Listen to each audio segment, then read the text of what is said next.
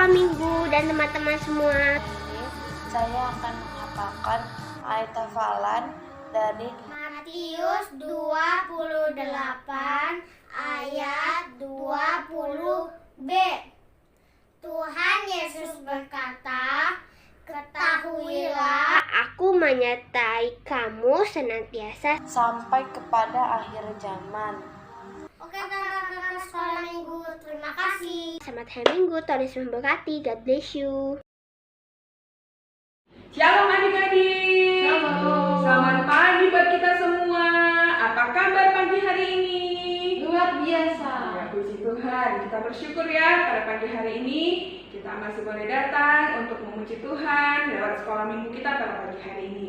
Oh ya, selamat ulang tahun ya buat adik kita Yeskiel.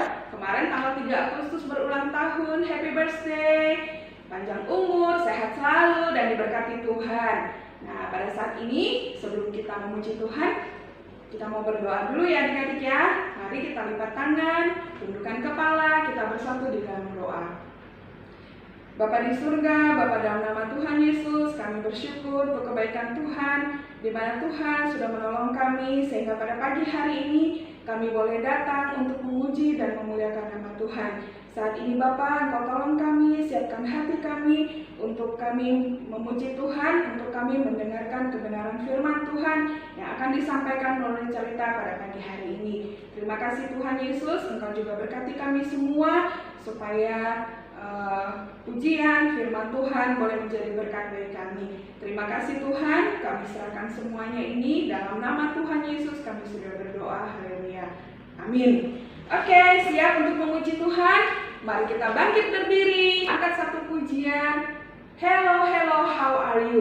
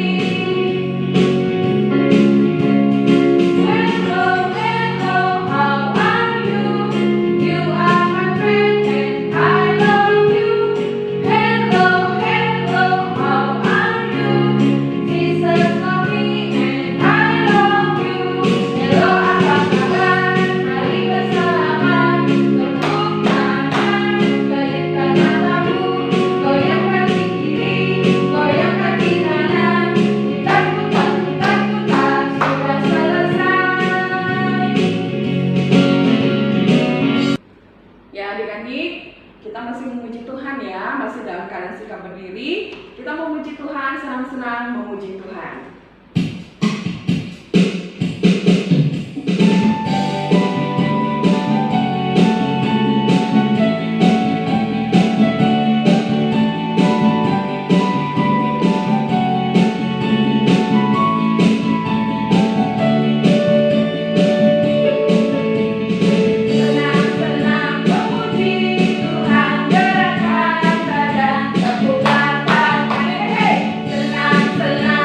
Memuji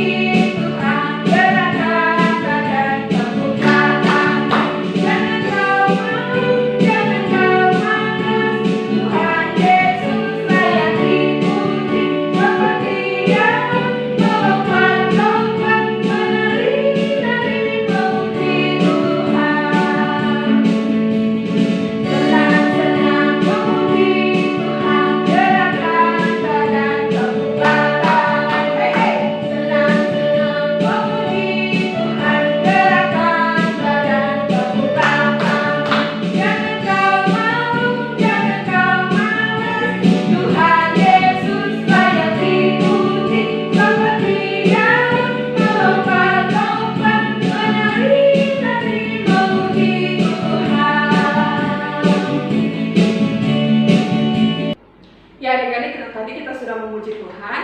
Sekarang dipersilakan adik-adik duduk. Dan pada saat ini kita akan menyiapkan hati kita untuk menyembah Tuhan. Karena Tuhan kita adalah Tuhan yang luar biasa, yang patut kita sembah, yang patut kita tinggikan dan kita agungkan, karena Dia begitu baik dalam hidup kita. Dalam sikap doa, mari kita mengangkat satu pujian. Terima kasih Tuhan.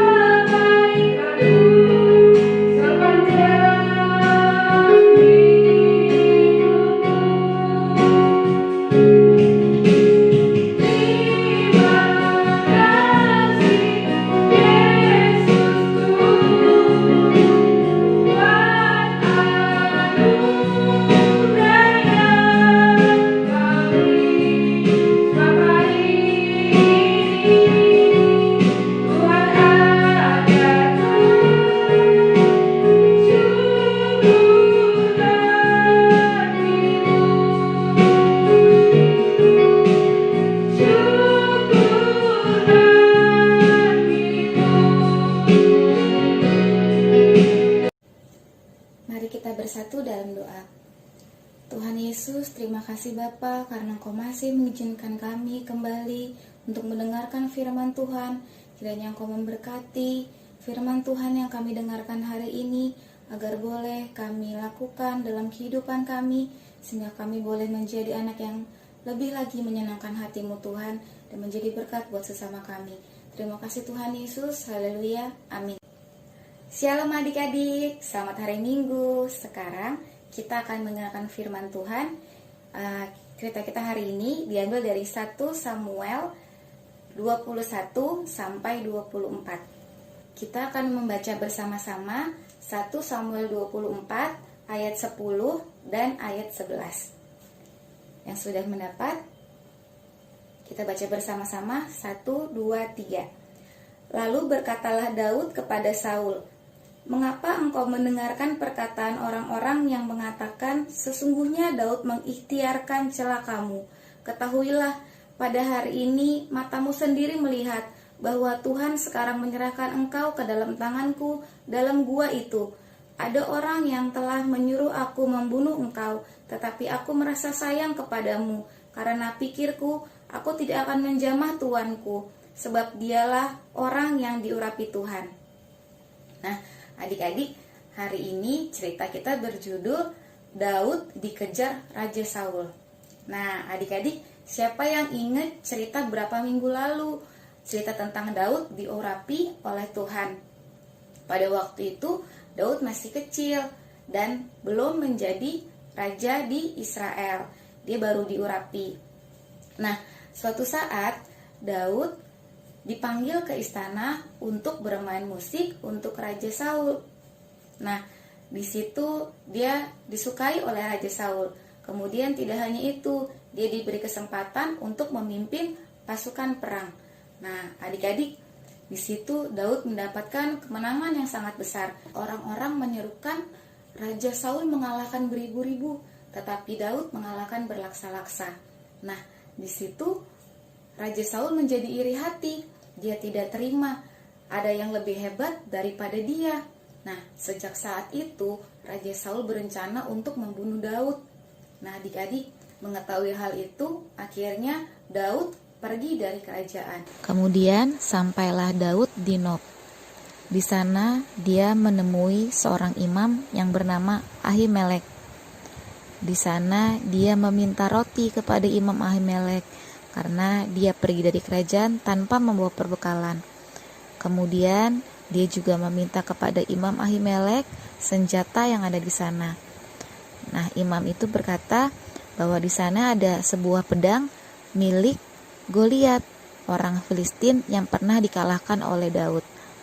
Kemudian karena Daud tahu di sana ada anak buah Saul yang bernama Dob, dia kemudian pergi dari Nob dan pindah ke Gad. Di Gad, dia bertemu dengan Raja Akis. Di sana ada pegawai Raja Akis yang mengenali Daud. Daud yang lebih hebat dari Saul. Karena takut ketahuan, ia pura-pura gila. Dan akhirnya dia ditolak oleh Raja Akis. Kemudian dia pergi ke Gua Adulam. Keluarga Daud mengetahui bahwa Daud ada di Gua Adulam. Mereka menghampiri Daud ke sana. Di sana juga datang orang-orang yang kesusahan dan minta perlindungan kepada Daud. Dan akhirnya Daud menjadi pemimpin di antara mereka. Kira-kira waktu itu ada sekitar 400 orang. Kemudian Daud berpikir, ayah dan ibunya sudah tua dan Gua Adulam ini tidak nyaman untuk mereka tinggal. Kemudian Daud pindah ke Moab. Adik-adik masih ingat nggak? Moab adalah tanah kelahiran Rut, nenek moyang Daud. Kemudian dia meminta izin kepada Raja Moab untuk keluarganya boleh tinggal di sana. Nah, kemudian setelah keluarganya aman di Moab, dia pindah lagi ke hutan Keret. Kemudian di sana dia diberitahu bahwa warga Kehila diganggu oleh orang-orang Filistin. Kemudian dia membantu orang-orang Kehila untuk mengusir orang Filistin. Setelah itu, ada yang memberitahu kepada Saul bahwa Daud ada di Kehila. Kemudian Daud pergi lagi dan pindah ke padang gurun Zif. Kemudian di padang gurun Zif, Daud masih dikejar oleh Saul. Sampai di Gunung Maon, Raja Saul mengetahui bahwa negerinya sedang diserang oleh orang Filistin. Kemudian Saul berhenti mengejar Daud dan kembali ke negerinya. Akhirnya selamatlah Daud dan orang-orangnya saat itu dari kejaran Saul. Setelah itu Daud kembali bersembunyi di gurun En-Gedi. Dia bersembunyi di dalam gua. Kemudian tiba-tiba Raja Saul juga masuk ke dalam gua itu untuk membuang hajat. Mengetahui hal itu, orang-orang Daud yang bersama dengan Daud saat itu ingin membunuh Raja Saul. Kemudian Daud melarangnya karena dia mengasihi Saul. Kemudian yang dilakukan Daud hanya memotong sedikit jubah Saul. Kemudian Setelah Raja Saul keluar dari gua itu, Daud memanggilnya dan berkata kepada Raja Saul, "Ketahuilah, pada hari ini matamu sendiri melihat bahwa Tuhan sekarang menyerahkan engkau ke dalam tanganku dalam gua itu. Ada orang telah menyuruh aku membunuh engkau, tetapi aku merasa sayang kepadamu, karena pikirku, aku tidak akan menjamah tuanku, sebab dialah orang yang diurapi Tuhan." Daud berkata seperti itu sambil menunjukkan potongan jubah Saul yang sudah dipotong oleh Daud. Kemudian setelah mendengar perkataan Daud, Saul menangis dan dia berkata, "Telah kau tunjukkan pada hari ini betapa engkau telah melakukan yang baik kepadaku, walaupun Tuhan telah menyerahkan aku ke dalam tanganmu. Engkau tidak membunuh aku." Kemudian pulanglah Saul ke rumahnya, sedangkan Daud dan orang-orangnya pergi ke kubu gunung. Adik-adik tahu nggak apa yang menjadi kekuatan Daud pada saat Daud mengalami berbagai hal dalam kehidupannya? Dia harus berpergian ke sana ke sini, menghindari Raja Saul, terus harus menjaga hatinya untuk tidak balas dendam kepada Raja Saul, dia tetap berbuat baik kepada Raja Saul. Nah, di Alkitab ada tertulis di Mazmur 23 ayat 4. Inilah yang menjadi kekuatan Daud. Dia berkata seperti ini, "Sekalipun aku berjalan dalam lembah kekelaman, aku tidak takut bahaya, sebab engkau besertaku. Gadamu dan tongkatmu itulah yang menghibur aku." Nah, adik-adik tahu nggak lembah kekelaman itu apa? Lembah kekelaman itu adalah berbagai hal yang tidak baik yang dia rasakan. Dia harus melalui berbagai peperangan, harus hidup tidak nyaman, tinggal di dalam gua. Nah, itu adalah tantangan-tantangan yang harus dihadapi oleh Daud. Nah, gada dan tongkat, apa artinya itu? Nah, Daud pernah menjadi gembala. Tongkat itu biasanya digunakan oleh gembala untuk menuntun domba-dombanya. Namun, saat ada hewan buas yang akan mengganggu dombanya atau ada lawan yang akan mengganggu, nah, tongkat itu berubah menjadi gada.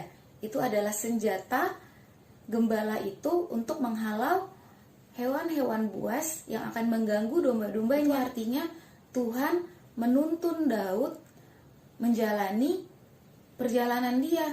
Kemanapun Daud pergi, itu adalah atas seizin Tuhan. Nah, gada itu artinya walaupun Daud mengalami berbagai hal yang susah, tapi dia selalu dilindungi oleh Tuhan. Nah, itulah adik-adik mengapa Daud sampai saat dia bertemu dengan Saul, dia tetap bisa menjaga sikapnya untuk tidak membalas dendam. Nah, adik-adik, di sini pernah nggak ada yang mengalami mempunyai teman yang sering mengganggu kita? Nah, kita belajar hari ini dari Daud untuk tidak membalas dendam kepada orang-orang yang mengganggu kita. Bahkan lebih lagi, Daud menyayangi Raja Saul. Kita juga harus menyayangi orang-orang yang mengganggu kita. Kita berdoa kepada Tuhan supaya suatu saat nanti mereka juga bisa diubahkan hatinya. Sama seperti Raja Saul, akhirnya sadar bahwa Daud adalah orang yang baik. Dia tidak berniat jahat kepada Raja Saul. Nah, kakak harap adik-adik juga nanti bisa mendoakan teman-teman adik-adik yang mengganggu adik-adik. Adik-adik tidak boleh memusuhi mereka ya, atau menjauhi mereka. Kita sebisa mungkin tetap berteman dengan mereka dan mendoakan mereka. Kita yakin dan percaya suatu saat Tuhan pasti mengubahkan teman kita itu. Sekarang kita akan masuk ke dalam ayat hafalan. Ayat hafalan kita diambil dari Mazmur yang tadi sudah kakak ceritakan. Mazmur 23 ayat 4. "Sekalipun aku berjalan dalam lembah kekelaman, aku tidak takut bahaya, sebab engkau besertaku. Gadamu dan tongkatmu, itulah yang menghibur aku." Kita sudah selesai mendengarkan firman Tuhan. Sekarang kita akan menutup ibadah kita dan firman Tuhan hari ini dengan berdoa. Tuhan Yesus, terima kasih untuk firman-Mu hari ini. Kami boleh belajar dari Daud yang selalu menjaga sikapnya, menjadi anak yang menyenangkan hati-Mu Tuhan, tidak membalaskan dendam kepada orang yang menyakiti hatinya, yang mengganggu hidupnya. Ya Bapa, kami juga mau belajar kalau ada teman-teman kami yang mendukakan hati kami mengampuni mereka Tuhan. Kami bahkan mau Tuhan menjadi sahabat yang baik untuk teman-teman kami. Kami juga berdoa kiranya Tuhan boleh mengubahkan hati teman-teman kami agar kami dapat bermain bersama lagi dengan baik. Ya Bapa, ajar kami selalu untuk menjadi berkat buat orang-orang di sekitar kami dan menyenangkan hati-Mu Tuhan. Terima kasih Tuhan Yesus. Haleluya. Amin. Shalom adik-adik. Nah, kegiatan kita minggu ini adalah kreativitas. Dan kreativitas yang akan kita buat minggu ini seperti ini ya adik-adik. Nah, selanjutnya bahan serta alat yang kita butuhkan. Yang pertama adalah kertas. Kalian bisa pakai kertas HVS atau kertas buku tulis, lalu pensil warna, pulpen, pensil, penghapus, lem kertas, dan gunting. Nah, setelah semuanya siap, yuk kita lanjut ke tahap-tahap pembuatannya. Yang pertama, adik-adik ambil kertas yang sudah kita siapkan tadi. Nah, setelah itu kertasnya kita lipat menjadi 2.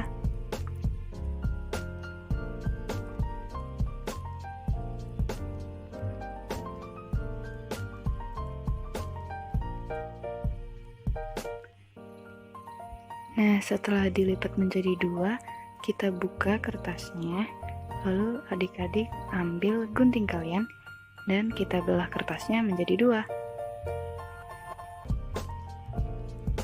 Nah, jadi seperti ini ya.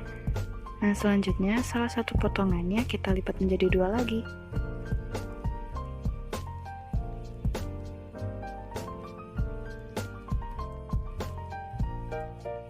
Kertas yang kita sudah lipat ini kita singkirkan terlebih dahulu ya. Nah, kertas selanjutnya kita lipat menjadi 2. Setelah dilipat nanti kita buka lipatannya dan adik-adik ambil gunting kalian lagi. Lalu kertasnya dibelah menjadi 2.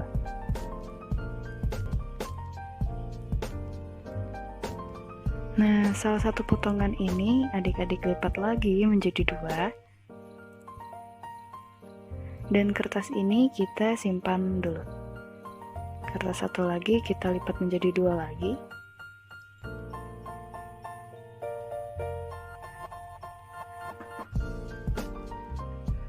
Lalu setelah dilipat, adik-adik ambil pensil dan penghapus kalian untuk menggambar sebuah hati. Nah, di sini adik-adik gambarnya setengah hati aja di bagian lipatan kertas yang tertutup. Bisa dilihat ya adik-adik.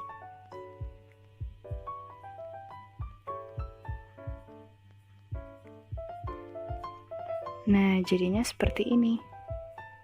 Setelah itu, selanjutnya adik-adik ambil gunting kalian dan pola setengah hati ini adik-adik potong.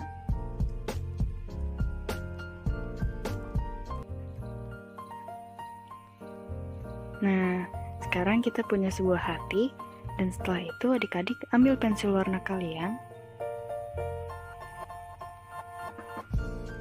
dan kalian pilih salah satu warna kesukaan kalian. Di sini kakak pakai warna merah.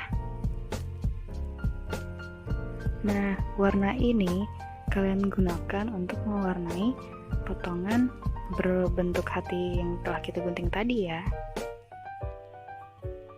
Nah, seperti ini.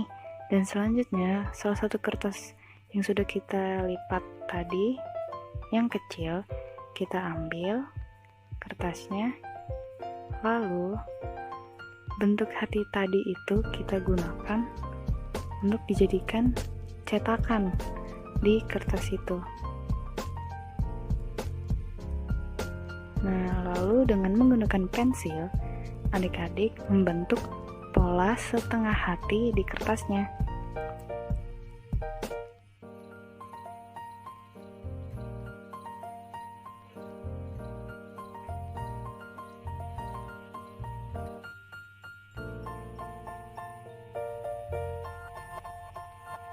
Nah, seperti ini ya adik-adik. Nah, selanjutnya di sini adik-adik perhatikan ya. Di salah satu sisi pola hati itu adik-adik menebalkan garisnya sedikit saja. Nah, bagian yang ditebalkan ini jangan adik-adik gunting. Nah, dengan menggunakan gunting, adik-adik memotong polanya.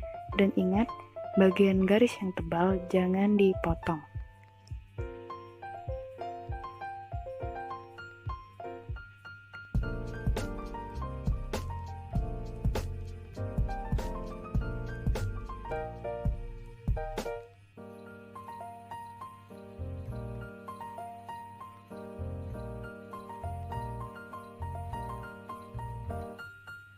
Nah, setelah itu adik-adik buka lipatan kertasnya dan bagian hatinya dilipat berlawanan arah.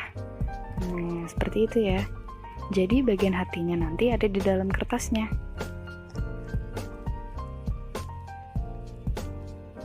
Nah, oke, setelah itu kertasnya kita simpan dulu. Dan kita ambil lipatan kertas yang besar.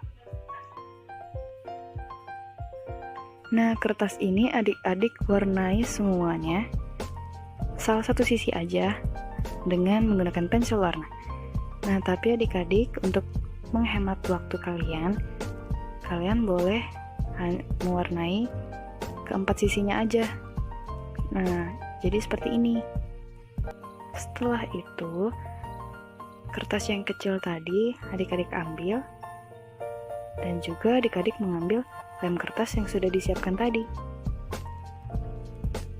Nah, kertas kecil ini adik-adik tempel ke kertas yang besar.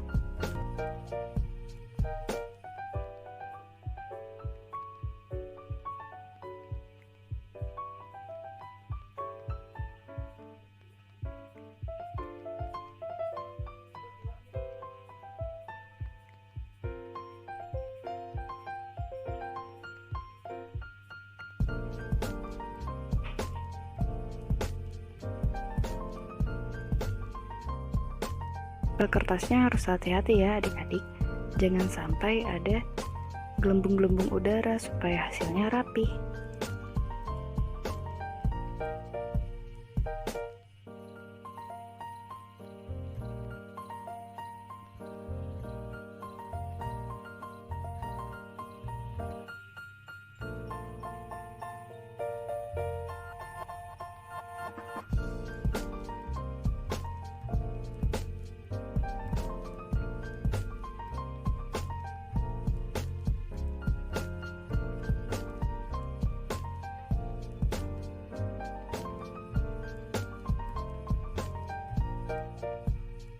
Nah, setelah itu adik-adik ambil kertas berbentuk hati kalian dan sisi bagian putihnya itu adik-adik berikan lem.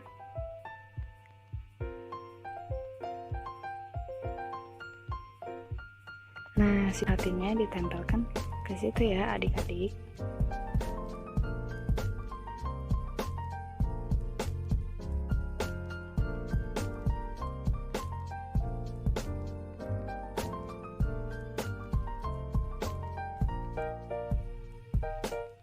Oke, selanjutnya adik-adik ambil pulpen kalian dan saatnya kita menulis ayat hafalan kita minggu ini.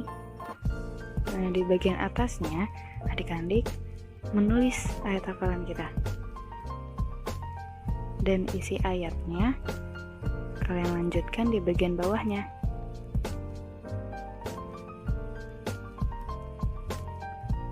Nah, oke. Kreativitas kita minggu ini udah selesai. Nah, selanjutnya tugas adik-adik merapikan alat yang sudah kita gunakan minggu ini dan berfoto bersama kreativitas kalian serta mengirimnya ke nomor berikut ini. Oke adik-adik, itu aja kegiatan kita minggu ini. Sampai jumpa minggu depan. Dadah!